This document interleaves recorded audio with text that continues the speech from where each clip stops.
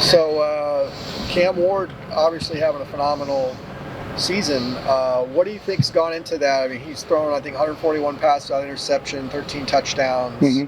Had one of the best games of the year against Oregon State. No question. What is he's just kind of taken off? What's gone into that? I don't think he's taken off. I thought he was a really good quarterback last year, so I've got a tremendous amount of respect for him. I think he should be in the conversation with the top quarterbacks in the country. He's athletic. He's sharp. He throws a extremely accurate ball. I think he's got great ball location, repetitive accuracy. Seems like he's doing a great job decision making this year. He can obviously beat you with his legs, but he's right up there with the top quarterbacks in the country. How about Ben Arbuckle? I mean, their whole offense has really been phenomenal so far. What's been his imprint? They've done a really nice job of kind of playing to Cam's strengths, because I think Cam can beat you both with his legs and with his arm. He keeps a lot of plays alive. They spread you out. They make you cover one-on-one and put you on islands at times. It's tough sometimes for a rush to get home because Cam can keep plays alive. He makes the off-schedule plays along with the on-schedule plays. So the whole operation is pretty good. Their performance against a really good defense in Oregon State 2 weeks ago, because they had last week off just like we did, but was very impressive.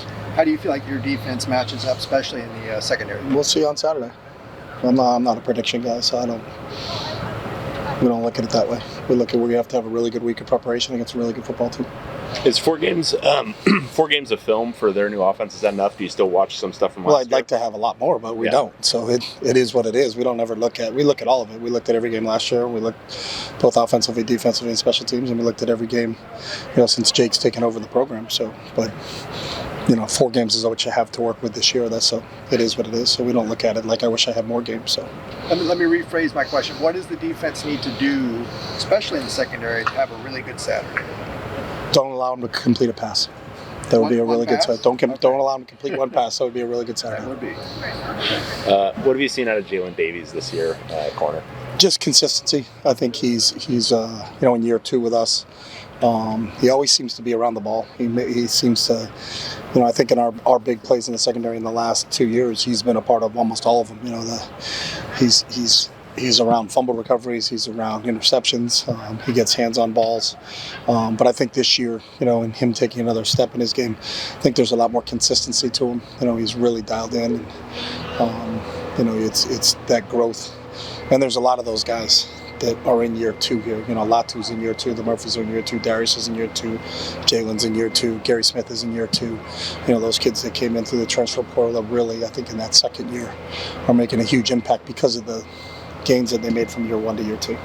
His ball awareness seems like one of his major strengths. Is that something that you kind of have innately, or do you have? He has it innately, and I think he can continue to develop it. But he has I think he has a really good understanding of football. So he's obviously comes from a great high school program, but he really understands the game and intuitively knows kind of if they're split this way, these are the type of routes they run. If they're split that way, these are the type of routes they run. So he's got a pretty good feel of the route tree that the receiver's going to run in front of him.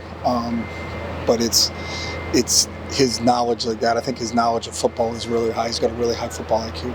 How has Dante bounced back from what was kind of a rough week the other? Dante's been great. Dante's the same person every day. That's one thing you love about him. His consistency in terms of his work ethic, film study, meetings, training is I don't think he's governed by outside influences. He's got an intrinsic drive that he wants to be better on a daily basis and continues to strive to be like that. So he's been great. How about the offensive line? Same question for them. Same group. This group practices really well. This team practices really well. What have you seen out of Washington State's defense? Aggressive, attacking. They run a 4-2-5. Jake was the defensive coordinator before he took over as the head coach. His imprints are all over it. They have a new defensive coordinator in this year. He used to be at Boise, was at Auburn before that, so he has some influence a little bit on it. But it's still, what Jake does. They're attacking. They've got an extensive third down package where they'll blitz you from a lot of different looks. A lot of up looks. They're aggressive in the secondary. They're aggressive in their coverages. So they've done a really nice job, and they can cause a lot of problems for you because of how they attack offensive schemes. Wanted to ask you about the collective men of Westwood. How has that benefited your program? They've done a great job. it's the one collective we have here at the school, and they've done a great job from gathering whoever it is to help support our football program. In what way? Can you give me any? I don't have the specific number, so I couldn't give you a specific way. How important is it? Is it just to I have think it's killer. something like that? I've said it before. You look at the top 25 teams in the country, and I would say you're going to get the top 25 collectives. So it's a money game now in college football. So who's ever paying the most is getting the most. So. Do you feel like you're in a good spot with that? I don't know what the other schools have, but I think you can do your research on that if you'd like. Okay. But as far as what you have at UCLA, I don't have the numbers for the other people, so I can't compare it to other people.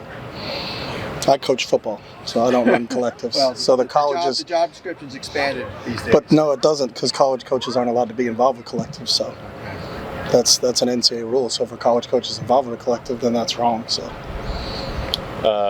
Kickoffs, you made a switch this year with Glessner taking them instead of RJ Lopez. What have you seen through the first 4 games? I think Blake's done a great job, except for the opening kick of the year where he kicked it out of bounds. Besides that, I think we've had great location, great depth. I'm not sure, but his numbers of touchback is pretty high right now.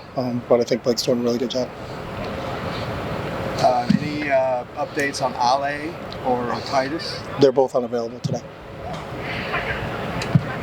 Thank you. Okay, thanks guys.